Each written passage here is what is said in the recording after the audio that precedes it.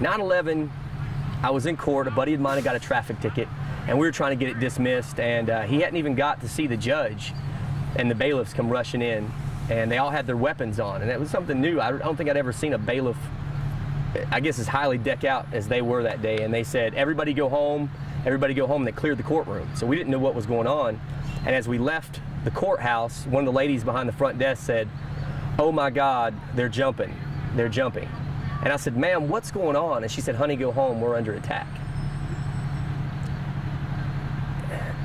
And I don't think as a 19-year-old you could actually grasp that somebody is attacking the United States of America. In 19 years of my life, and even before that, I was always told that, we're protected, we're here in the safe bail. But that day we weren't. And I think everybody felt vulnerable to the point to where they wanted to do something.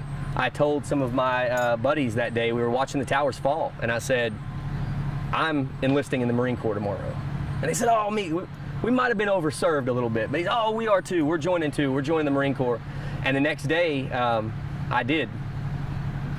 And that started the journey to here.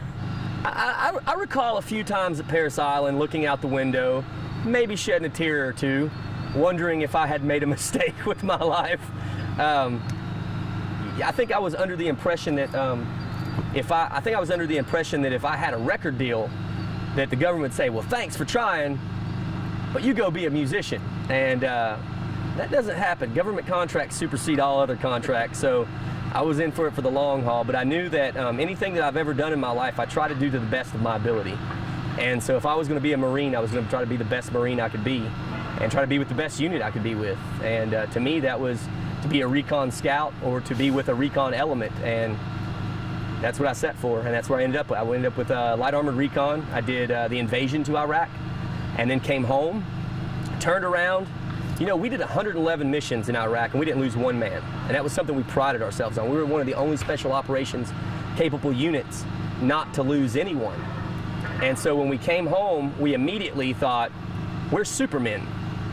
We have got combat down. We are warriors. We are Spartans.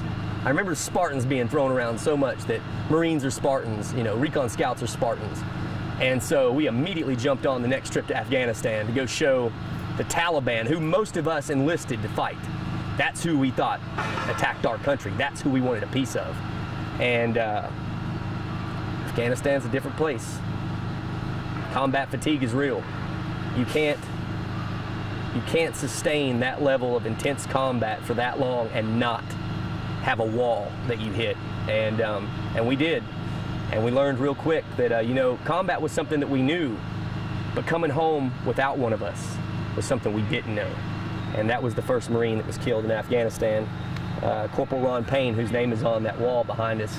And then shortly after that, Corporal Dunkley, whose name is also on that wall behind us.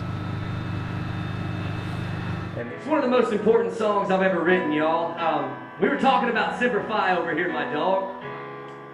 I got Semper when she was this big, and she was only supposed to be 60 pounds. She's 130 pounds now, so someone lied to me straight off the bat.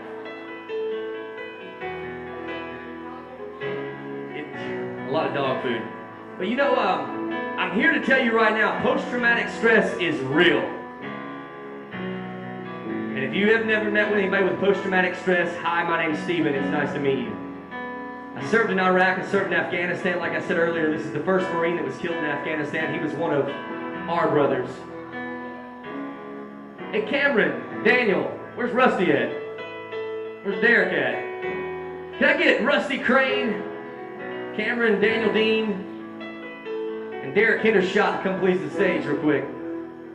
Bob Spivey, get over here real quick. Come here, brother. Come here, Ed.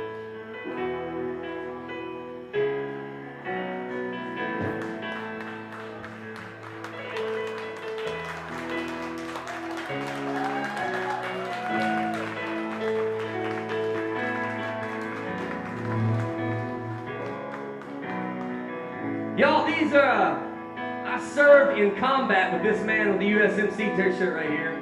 And we lost this man in Afghanistan. He was the first Marine killed over there. Daniel Dean, he's a songwriter, a United States Marine Corps sniper. And in November, you're going to see him on Ultimate Survival Alaska.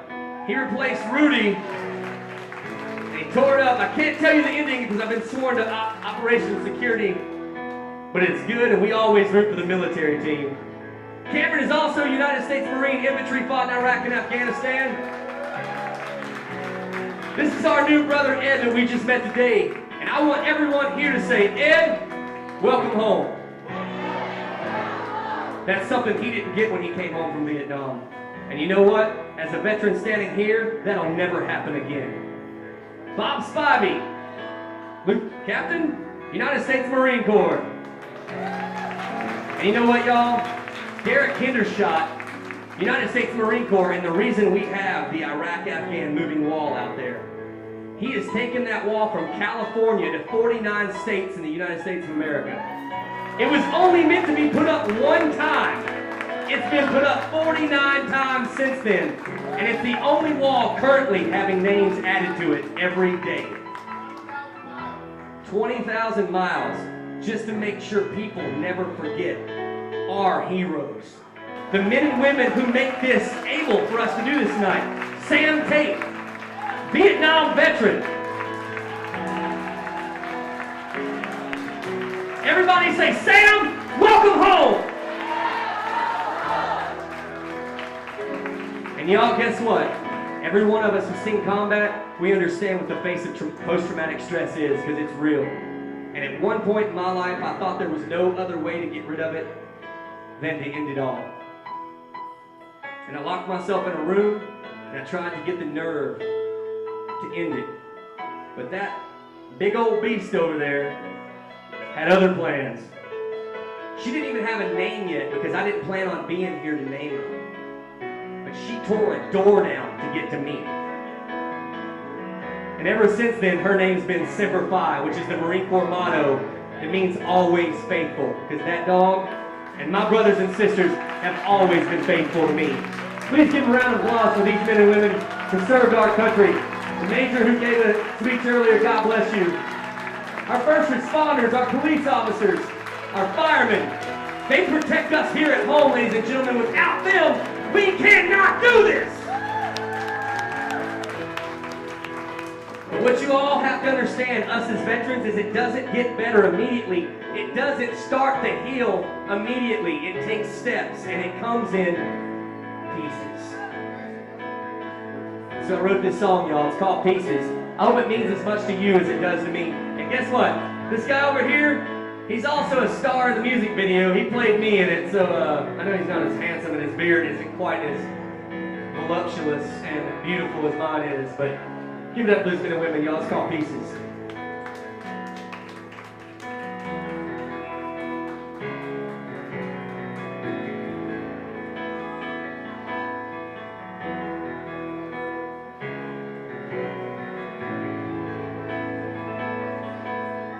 Here I sit, not knowing where I stand.